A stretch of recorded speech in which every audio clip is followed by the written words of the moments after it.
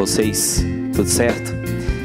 Gente, o meu avô ele morreu imaginando que o mundo era algo pronto e que a gente só entrava nele e existia. Olha isso. Meu avô achou que o mundo era algo pronto e que a gente só entrava nele e existia. Era só isso. Depois seguia o caminho. Depois de algum tempo eu conheci um cara incrível chamado Paulo Freire. Não sei se vocês conhecem. Uma pessoa aí, maravilhosa. E o Paulo Freire me disse, eu queria ter essa sorte, mas eu li uma coisa dele que foi fantástico, maravilhoso e que me inspirou profundamente. Ele falou assim: o mundo não é, o mundo está sendo. Olha o que o meu avô imaginou e olha o que o Paulo Freire disse.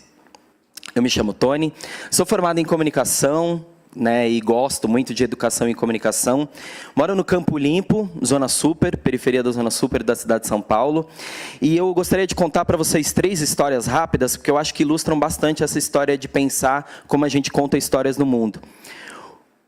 Olha essa foto.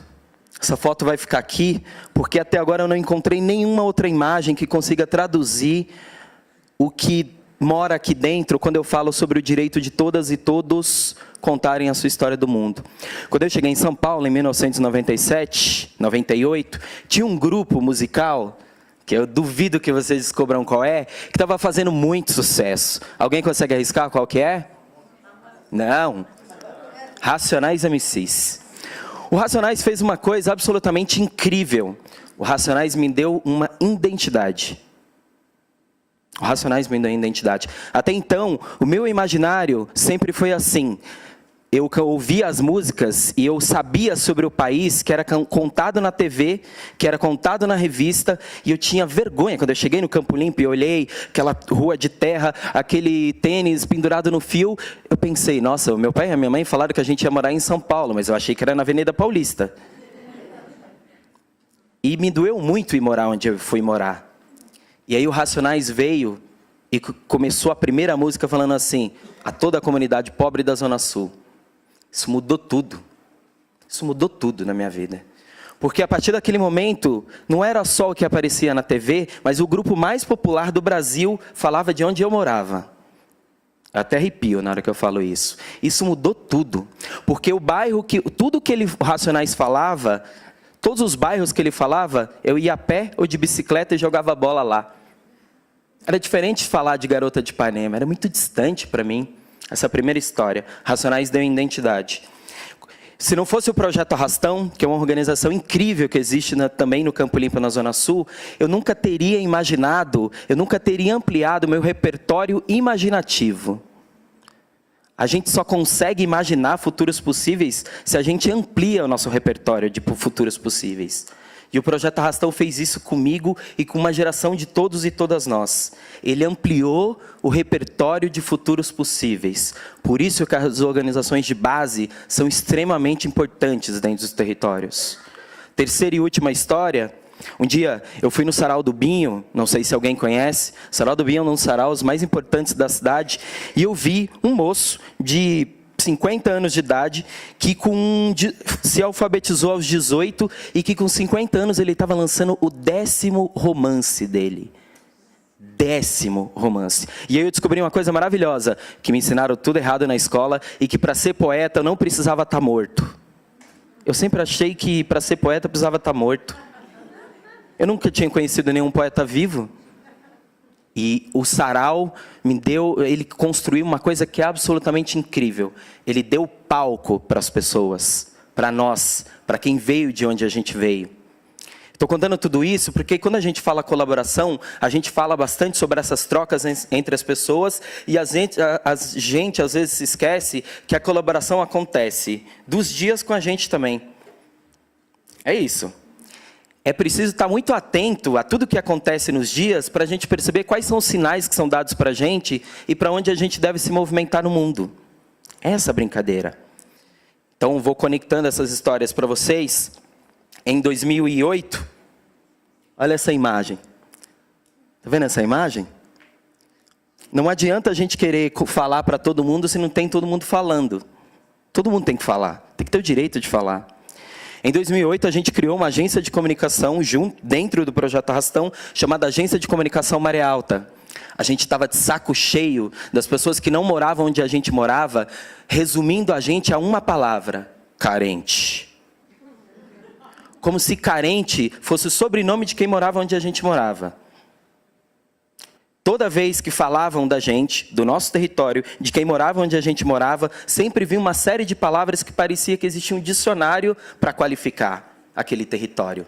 E a gente resolveu construir uma agência de comunicação que contasse a nossa história, do nosso jeito, que falasse afirmativamente sobre o mundo. Em 2013, a gente criou a Escola de Notícias, uma escola antroposófica de comunicação. Porque a crise da comunicação não é de ferramenta, é de narrativa. A gente nunca teve tanta ferramenta à disposição.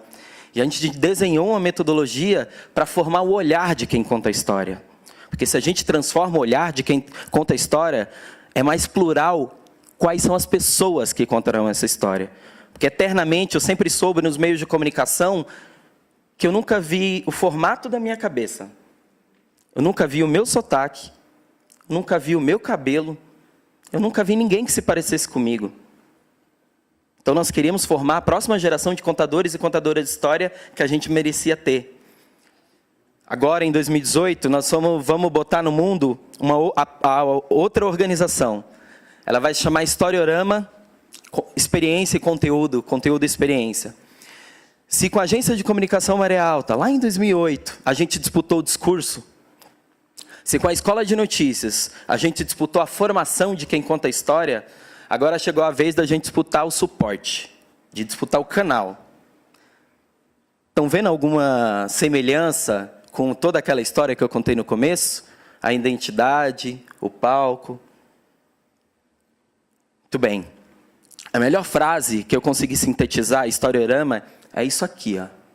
Trabalhar para que todas e todos contem a sua história do mundo. Alguns amigos e amigas perguntam assim, mas tem que colocar todas e todos? Tem que colocar todas e todos.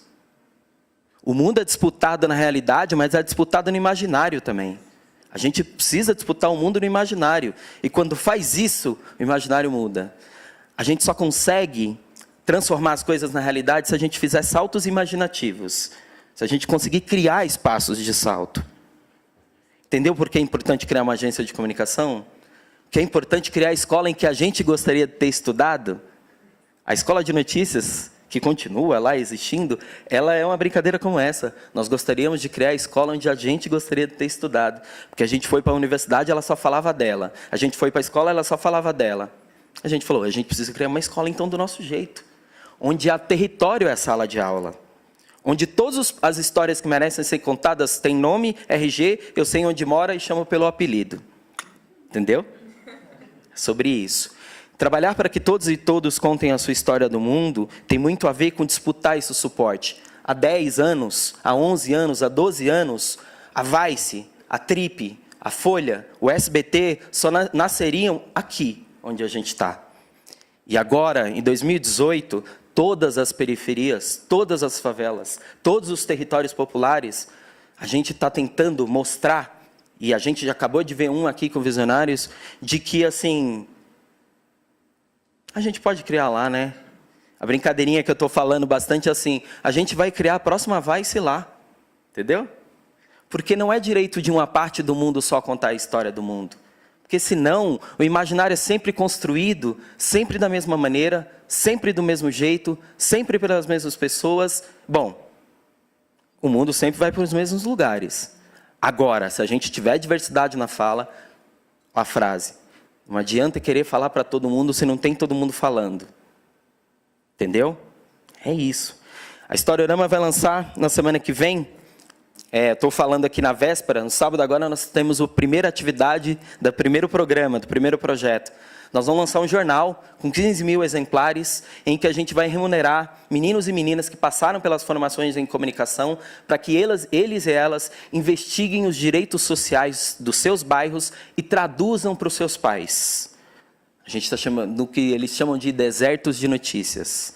Sabe as pessoas, minha mãe, meu pai, os pais e mães de muitos de nós, que acordam 5 horas da manhã, saem 5h30 e não tem nem acesso a um monte de informações que a gente tem durante o dia? Então, o mundo não é o Facebook. O mundo acontece na realidade. E tem um monte de gente nesse deserto de notícias. A gente precisa contar a história do mundo também para essas pessoas.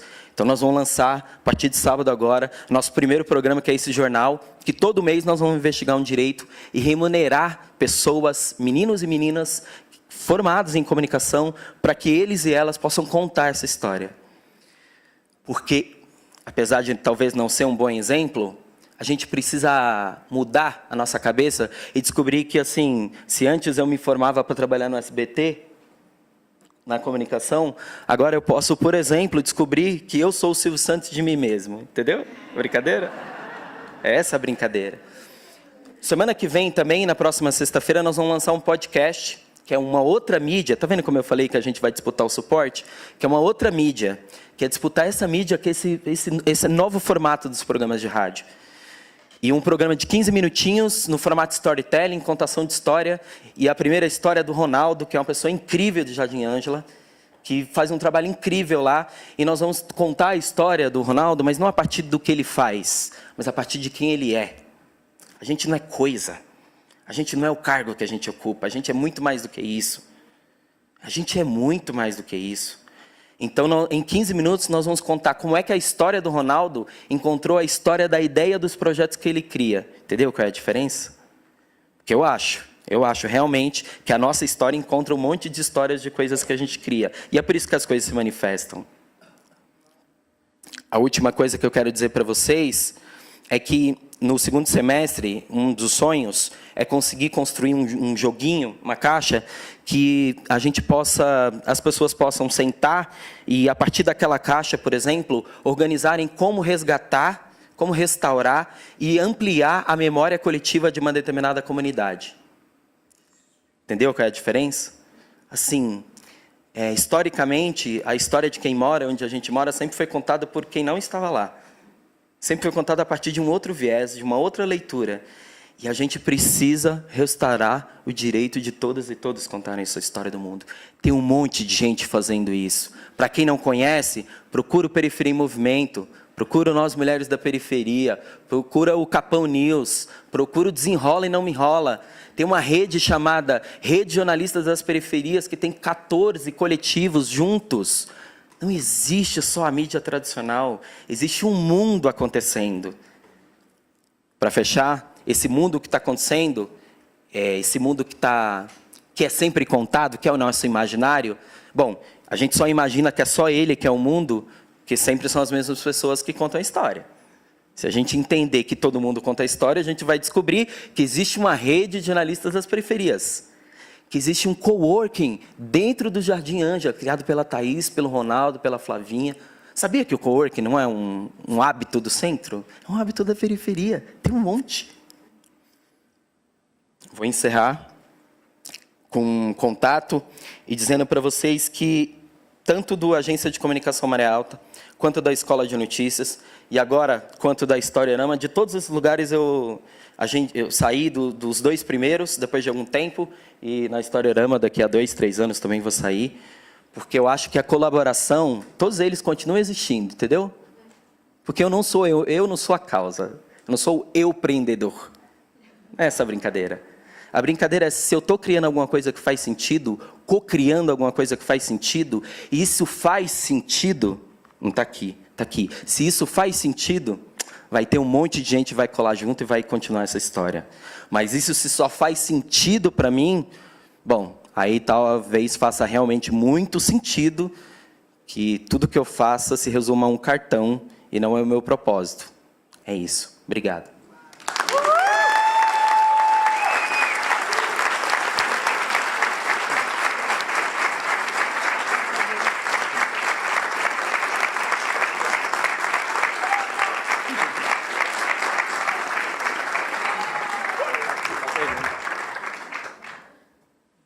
Quem vai perguntar? Uma pergunta para o Tony, depois a gente, na sequência, a gente conversa com ele.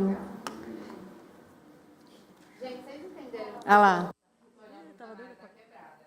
Ah, eu entendi, eu vi. Ah lá. Já foi. Tony, parabéns. Seguinte, minha mãe foi uma das criadoras do projeto Arrastão. Eu fiquei até emocionado com essa história. Mas é o seguinte, Eu queria saber onde que a gente tem a informação de todas essas redes que você falou, juntas, para a gente poder entender e a gente poder ouvir. Porque o que você falou é claro, né? A história do mundo é contada pelos vencedores, não se ouve os vencidos, né? E essa história, essa segunda versão da história, é uma coisa que a gente tem que acompanhar o dia a dia, não adianta você ler e parar.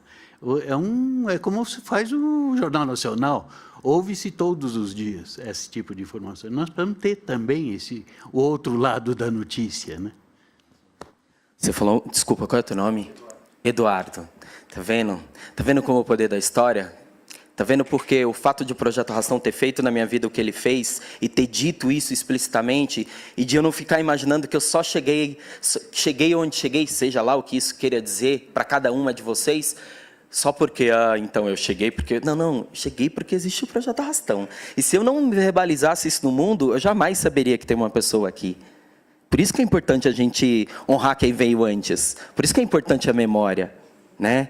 E você falou uma coisa para poder responder da história a história é contada por quem vence. E eu sempre penso sobre isso, né? Porque eu penso sobre essa história de quem vence, mas o que mais me dói é quais são as ferramentas, estratégias e mecanismos de quem venceu. Eu acho maravilhoso, né? Porque assim, algumas das pessoas que venceram e algumas das estruturas que venceram, eu realmente preferi estar do lado de quem perdeu, porque elas não me representam, de fato, né? E eu acho que um dos espaços que para mim pode ajudar a gente a enxergar essa acontecência dos dias, Periferia em Movimento, é um portal importantíssimo, Visionários, é uma iniciativa para acompanhar, Centro de Mídia, Alma Preta, que é uma organização do Pedro, de um monte de gente lá, incrível. Nós, Mulheres da Periferia, outra organização incrível, né? Então, pensando em meios de comunicação, a gente tem esses só alguns, né? Que a gente já fez uns mapeamentos aí, sei lá, tem 400 e poucos, né? Estou dizendo alguns aqui de várias causas, né? O Capão News. Quando a linha Lilás lá do metrô, lá, Capão Redondo e tal, quando ela falha, não é na Folha e no Estadão que eu vou olhar. É no Capão News. Entendeu? Qual é a diferença? Porque ela me diz quando a linha falha. Ela me diz, né? Então, eu não estou negando... Veja, só para que a gente está no momento de radicalizar o 880, eu não estou dizendo na negação disso que está posto. Não é isso. Eu estou dizendo que não é só isso que está acontecendo no mundo. Existem outras coisas acontecendo. E, para mim, essas coisas não estão acontecendo abaixo e nem acima, elas estão acontecendo paralelo. Esse é o meu chamado, elas estão acontecendo em paralelo.